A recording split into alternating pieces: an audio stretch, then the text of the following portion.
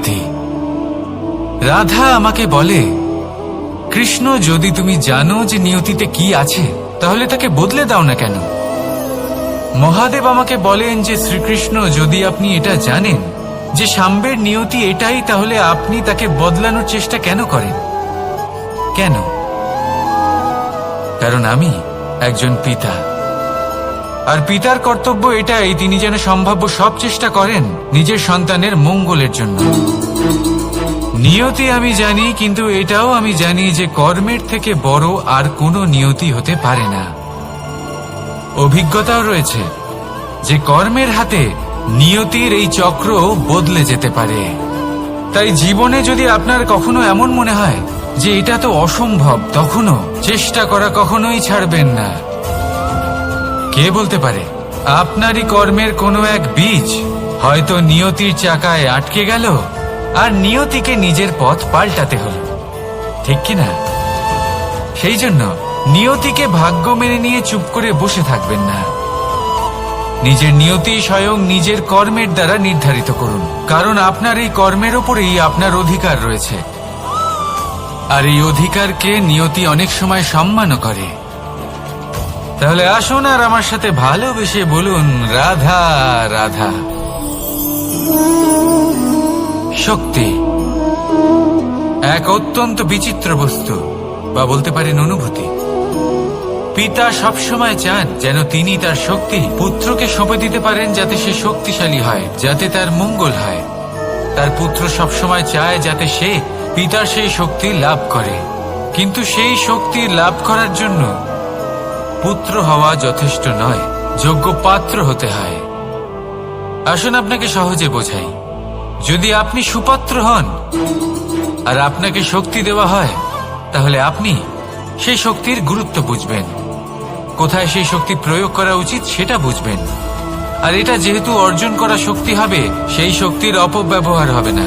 কিন্তু যদি এই আপনি কুপাত্র হন আর যদি আপনাকে এই শক্তি দেওয়া হয়, তাহলে কি হবে?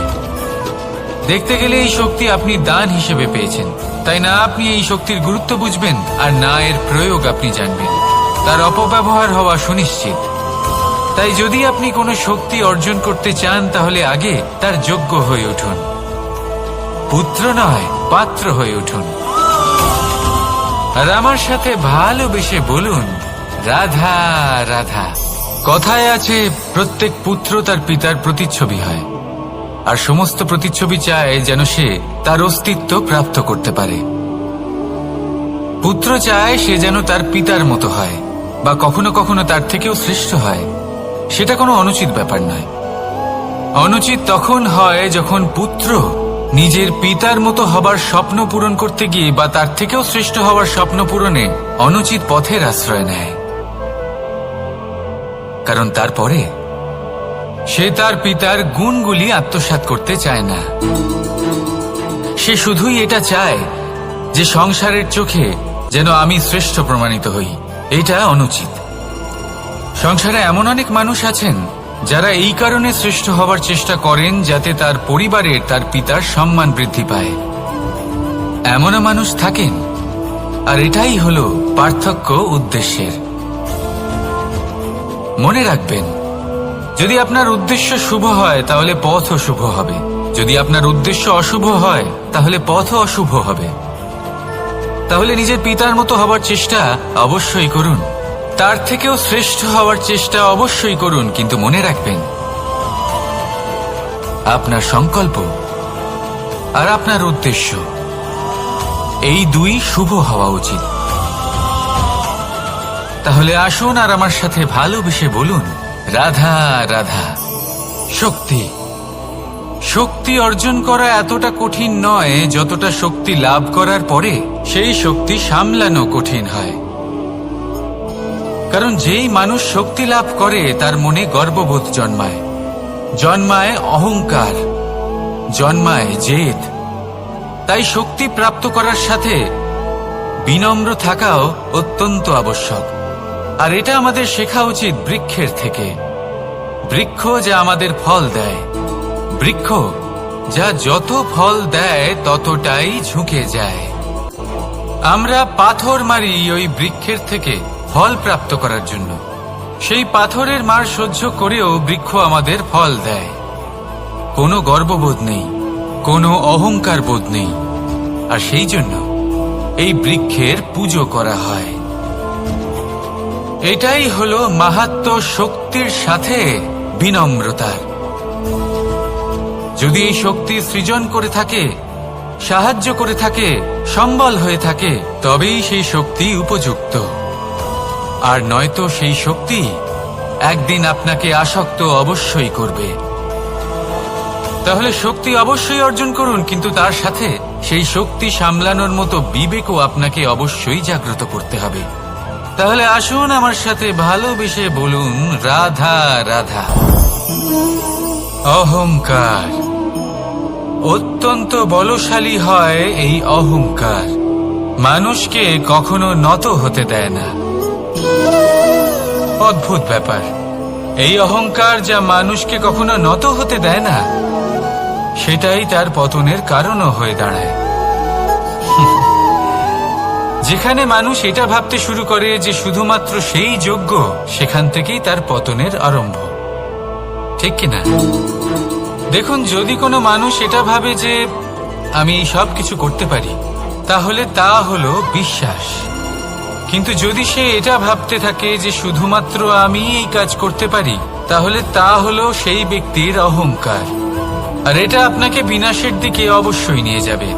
মনে রাখবেন, যখন আমি আর শুধুমাত্র এই দুই এক হয়ে যায়, সেখান থেকে আপনার পতনের সূত্রপাত হবেই। তাই আপনি কখনোই এই অহংকারের চক্রব্যূহে ফেঁসে যাবেন না।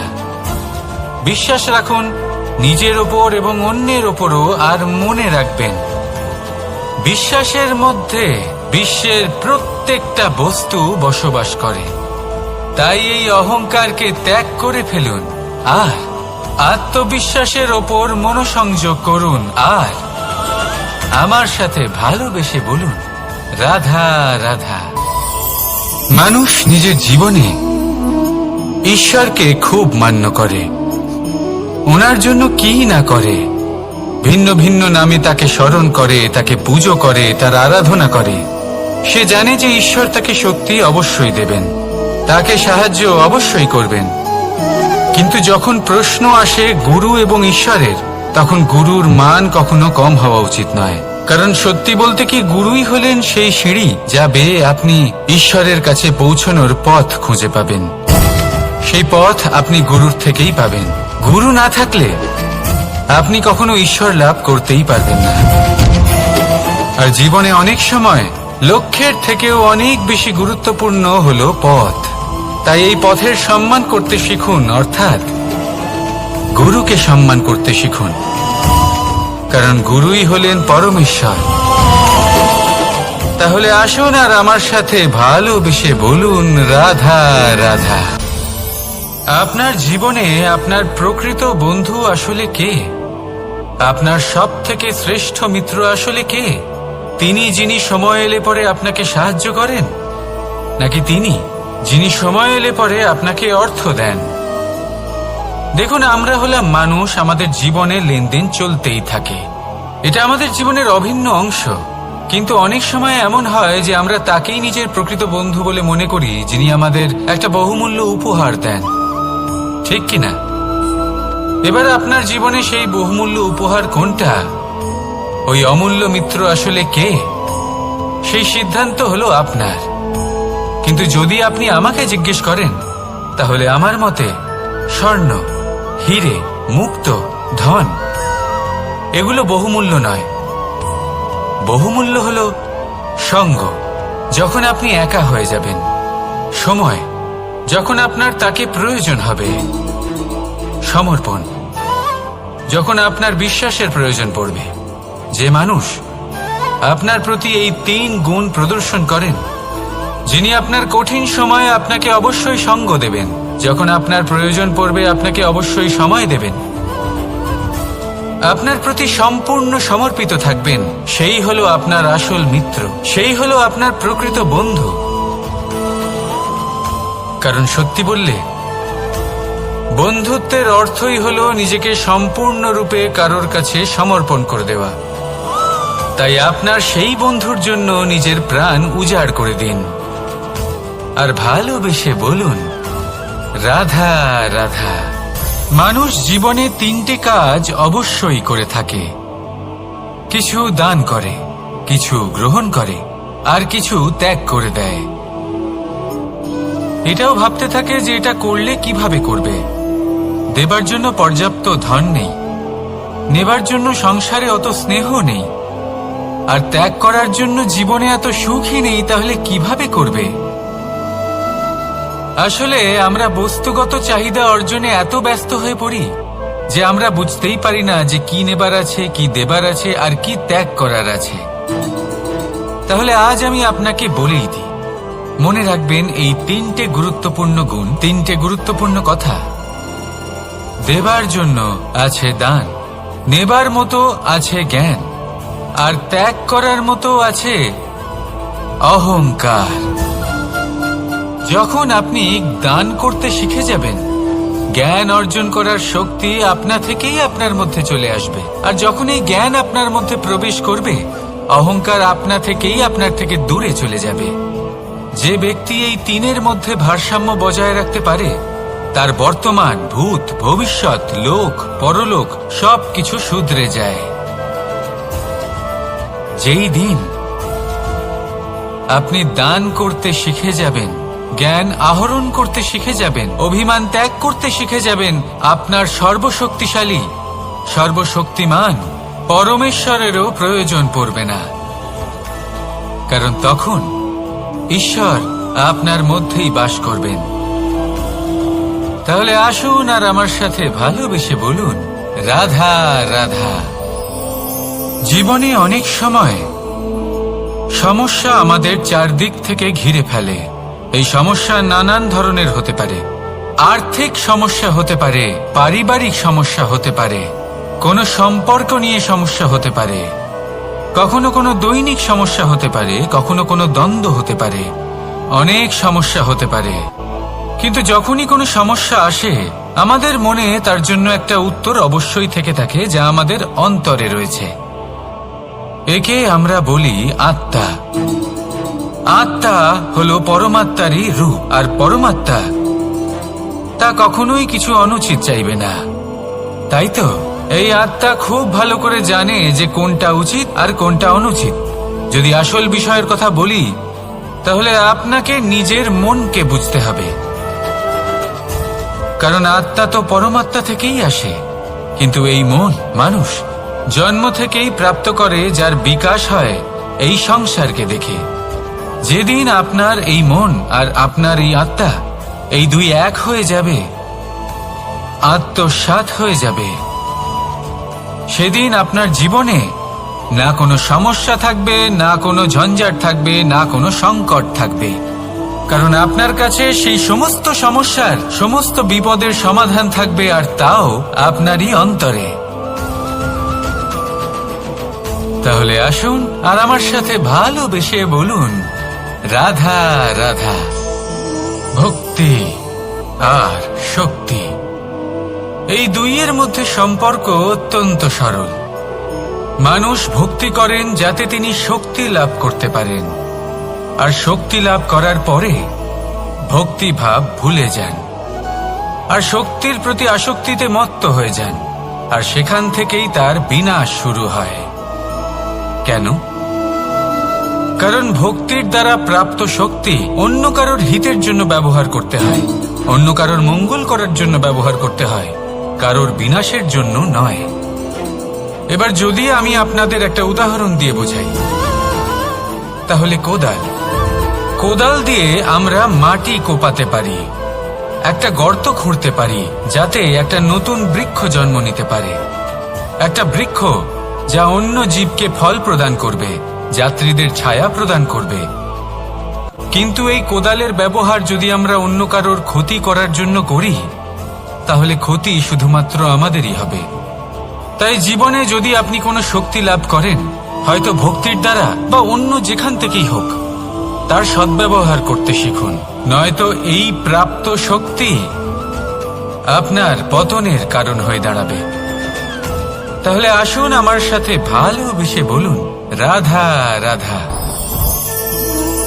বরদান অত্যন্ত বিচিত্র এক বিষয়, কিন্তু দেখতে গেলে এই বরদান কি না করতে পারে। এক দরিদ্রকে রাজা বানিয়ে দিতে পারে, একজন দুর্বলকে এই সংসারের সব থেকে শক্তিশালী ব্যক্তি বানিয়ে দিতে পারে। কিন্তু আমরা ভুলে যাই এক অত্যন্ত গুরুত্বপূর্ণ কথা। বরদান এই শব্দের শেষে দান লুকিয়ে রয়েছে।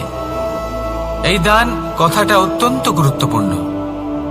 আমাদের মনে রাখা উচিত এই বরদান আমরা দানে পেয়েছি, আর তাই তার সম্মান করা উচিত, কখনোই অহংকার করা নয়। আর যে ব্যক্তি বরদান পেয়ে অহংকার করে তার যা ক্ষতি হয় তা হলো এই বরদান তার থেকে কেড়ে নেওয়া হয়। বর অর্থাৎ শ্রেষ্ঠ, অর্থাৎ বরদানের অর্থ হলো একটা শ্রেষ্ঠ দান, এবং তার ব্যবহার যদি আপনি কারোর ক্ষতি করার জন্য করেন তাহলে ক্ষতি শুধুই আপনার হবে। তাহলে এই বরদানের সম্মান করুন, উচিত পথে চলুন, আর উচিত উদ্দেশ্য নিয়ে এর ব্যবহার করুন, সবকিছু ভালোই হবে। তাহলে আসুন আর আমার সাথে ভালোবেসে বলুন রাধা রাধা। পিতা আর পুত্রের সম্পর্ক অত্যন্ত মধুর হয়ে থাকে। পিতা স্বপ্ন দেখেন, তাকে পূর্ণ করার সকল সম্ভাব্য চেষ্টা করেন, কিন্তু তাও অনেক সময় ওনার স্বপ্ন অপূর্ণ থেকে যায়। তখন পিতা ভাবেন যে স্বপ্ন উনি পূর্ণ করতে পারেননি ওনার সন্তান তা অবশ্যই পূরণ করবে। যে স্থানে উনি কখনো পৌঁছতে পারেননি সেই স্থানে ওনার পুত্র অবশ্যই পৌঁছবে। পিতা নিজের সন্তানের ভবিষ্যৎ নিয়ে সেই স্বপ্ন দেখেন, আর যখন সেই সন্তান সামনে এগোতে থাকে তখন তার দুঃখ হয় না, বরং গর্ব হয়।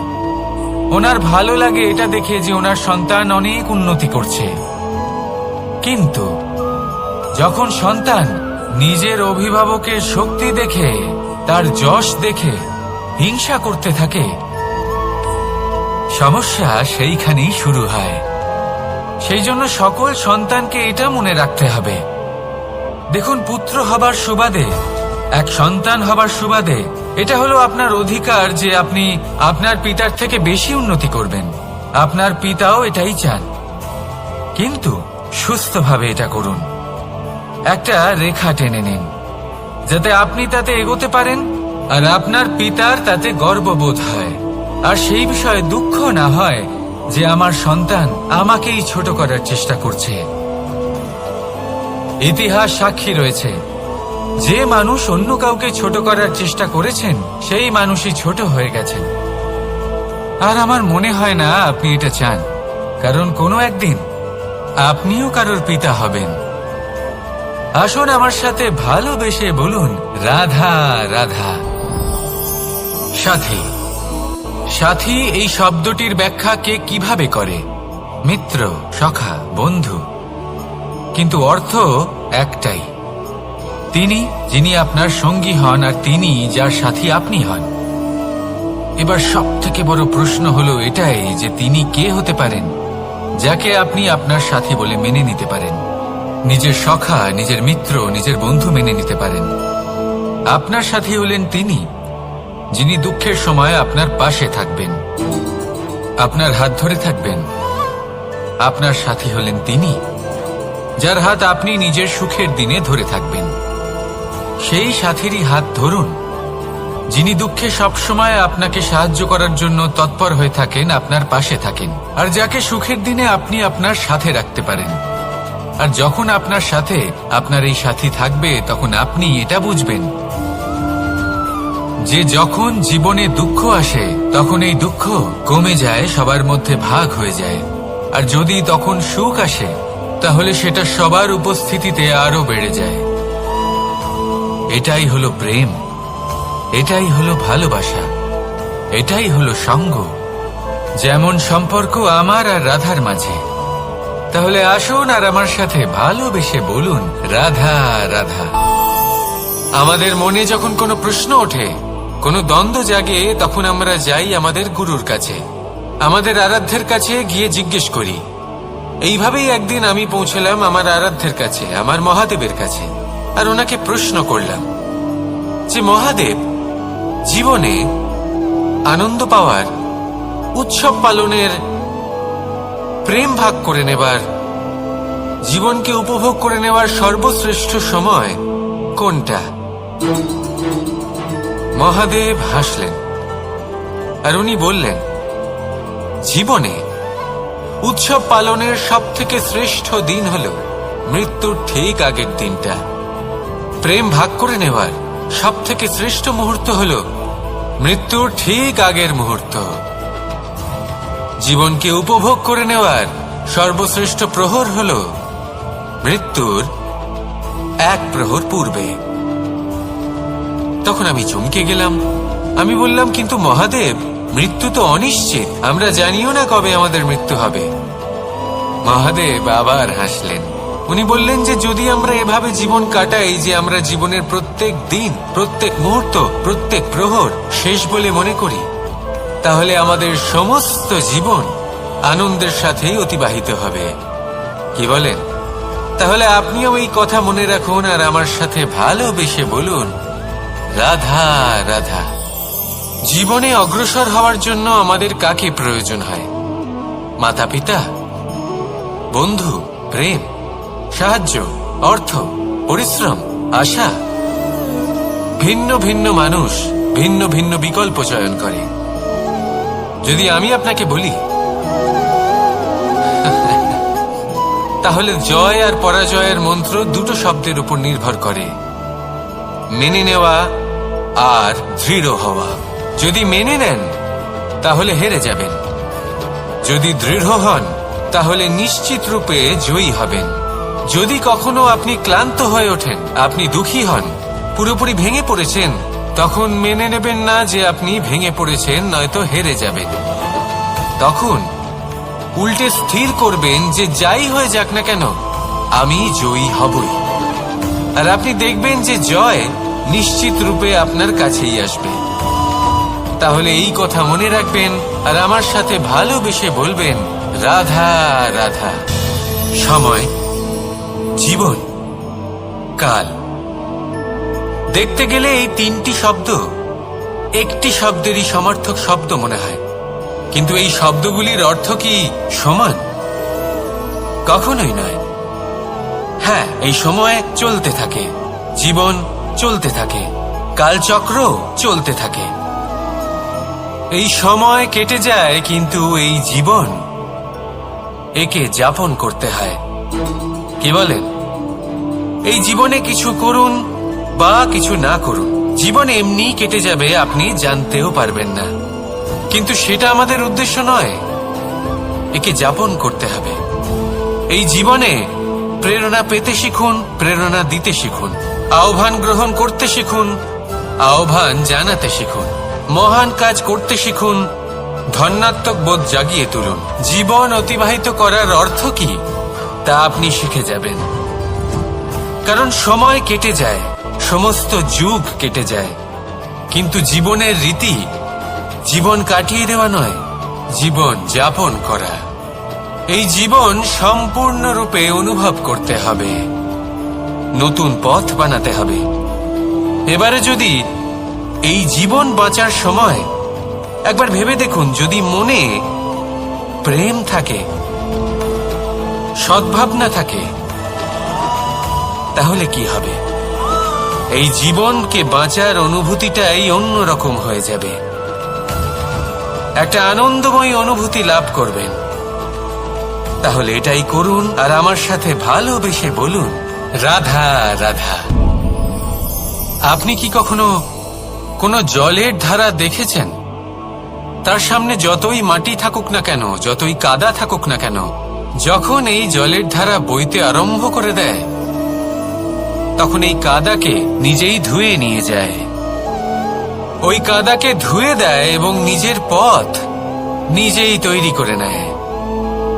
তাহলে আপনিও এরকম জলের মতো হয়ে উঠুন।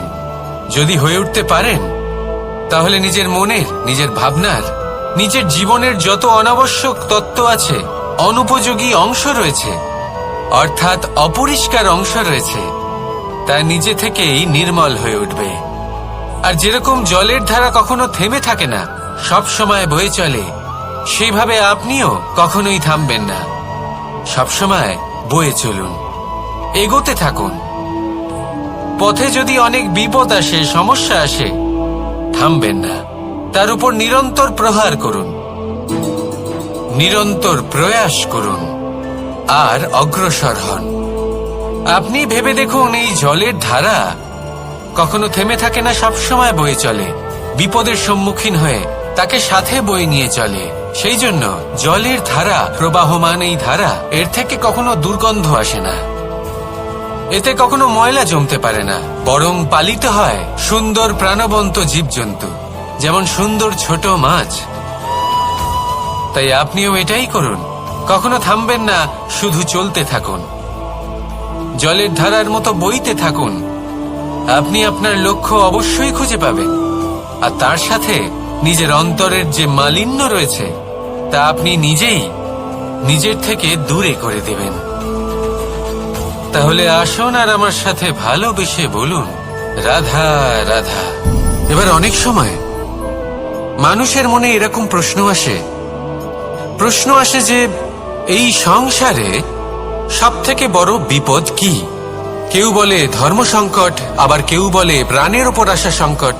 প্রত্যেক মানুষের জীবনে বিভিন্ন সংকট আসে, আর এই সমস্ত সংকট অত্যন্ত বিচিত্র হতে পারে। এই সমস্ত সংসার হলো সংকট দ্বারা পরিপূর্ণ। ঠিক আছে, আপনাকে একটা উদাহরণ দিই। একজন ধনী ব্যক্তি, এবার ওনার জীবনে সংকট কি হতে পারে? সংকট এটাই যে কেউ তার সম্পত্তি চুরি না করে নেয়, আমরা বুঝতে পারছি। এবার একজন চোর, তার জীবনে সংকট কি হতে পারে? যে চুরি করার সময় সে যদি তার একটা কাশি চাপতে না পারে, তাহলে সে ধরা পড়ে যেতে পারে, ঠিক কিনা? আবার অনেক সময় এমনও হয় যে যার জন্য আমি সংকট, সেও আমার কাছে সংকট। যেমন এই পরিস্থিতিতে দেখুন, সংকট হলো সংকট, এ তো জীবনে থাকবে, কিন্তু এর সম্মুখীন কিভাবে হওয়া যায়? খুব সরল, সব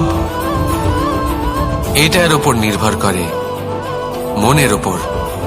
এই মনকে নিয়ন্ত্রণ করলে সব ঠিক থাকবে। এবার যদি ধনী ব্যক্তি মনকে নিয়ন্ত্রণ করে ফেলেন, নিজের অর্থের ব্যবহার শুভ কাজের জন্য, সমাজের সেবার জন্য বিকাশ করতে করেন, ওই অর্থকে একত্রিত করে না রাখেন, তাহলে চুরির সমস্যা, এই সংকট সেখানেই কেটে যাবে। এবার যদি কথা বলি সেই চোরের, তাহলে চোর যদি নিজের মনকে সংযত করে নেয়, যদি নিজের কর্মকে নিয়ন্ত্রণ করতে পারে, তাহলে এমন কোনো স্বর নেই, এমন কোনো স্বর নেই যা ওকে ধরা পড়তে বাধ্য করবে। সেই জন্য জীবনে সংকট যতই আসুক, যত বড়ই সংকট আসুক না কেন, কবচ হলো একটাই, আর এই কবচের নাম হলো আত্মনিয়ন্ত্রণ। নিজের মনকে নিয়ন্ত্রণে রাখতে শিখুন। এটা নিজের জীবনে প্রয়োগ করে তো দেখুন। যদি আপনি করতে পারেন, তবে আপনি দেখবেন যে সংকট তো জীবনে আসা যাওয়া করে, কিন্তু সেই সংকটগুলির সম্মুখীন আপনি এইভাবে করতে পারবেন। তাহলে সেটাই করুন, আর আমার সাথে ভালোবেসে বলুন, রাধা রাধা। এই দড়িটা দেখুন, ছোট ছোট রেশম দ্বারা তৈরি, এটা সরু সুতো দ্বারা তৈরি হয়েছে এটা, আর এ অত্যন্ত কোমলও বটে। আর আপনি চাইলে এটা সোজাও করে দিতে পারেন, আর চাইলে এটা বেঁকিয়েও দিতে পারেন, আর যদি চান তাহলে এটা গোল গোল করে বেঁধে কোথাও রেখেও দিতে পারেন। এবার এই কোমল দড়ি যদি কোনো নিষ্ঠুর কঠিন পাথরে বারংবার জড়িয়ে দেওয়া হয়, তাহলেও তাকেও কাটতে পারে, নিজের ছাপ ছেড়ে যেতে পারে, সেটার আকারও বদলে ফেলতে পারে। এবার এর কারণ কি? এর কারণ হলো অভ্যাস আর নিরন্তর প্রচেষ্টা। যদি আপনিও চেষ্টা করেন আর নিরন্তর কর্ম করে যান, তাহলে আপনার প্রারব্ধ পাথরের মতো কঠিনই হোক না কেন, তাতে ভাঙন ধরিয়েও আপনি নিজের লক্ষ্যে অবশ্যই পৌঁছতে পারবেন। একটা গুরুত্বপূর্ণ কথা মনে রাখবেন, সুকর্মের অভ্যাস আর নিরন্তর প্রয়াস, এই হলো সাফল্যের মন্ত্র। তাহলে জীবনে এই মন্ত্র আনুন আর আমার সাথে ভালোবেসে বলুন, রাধা রাধা। বসন্ত ঋতু, এই সময় মন আনন্দে ভরে থাকে। এমন মনে হয় যেন আমরা আকাশে বিচরণ করতে চলে যাই, কিন্তু সেটা তো সম্ভব নয়।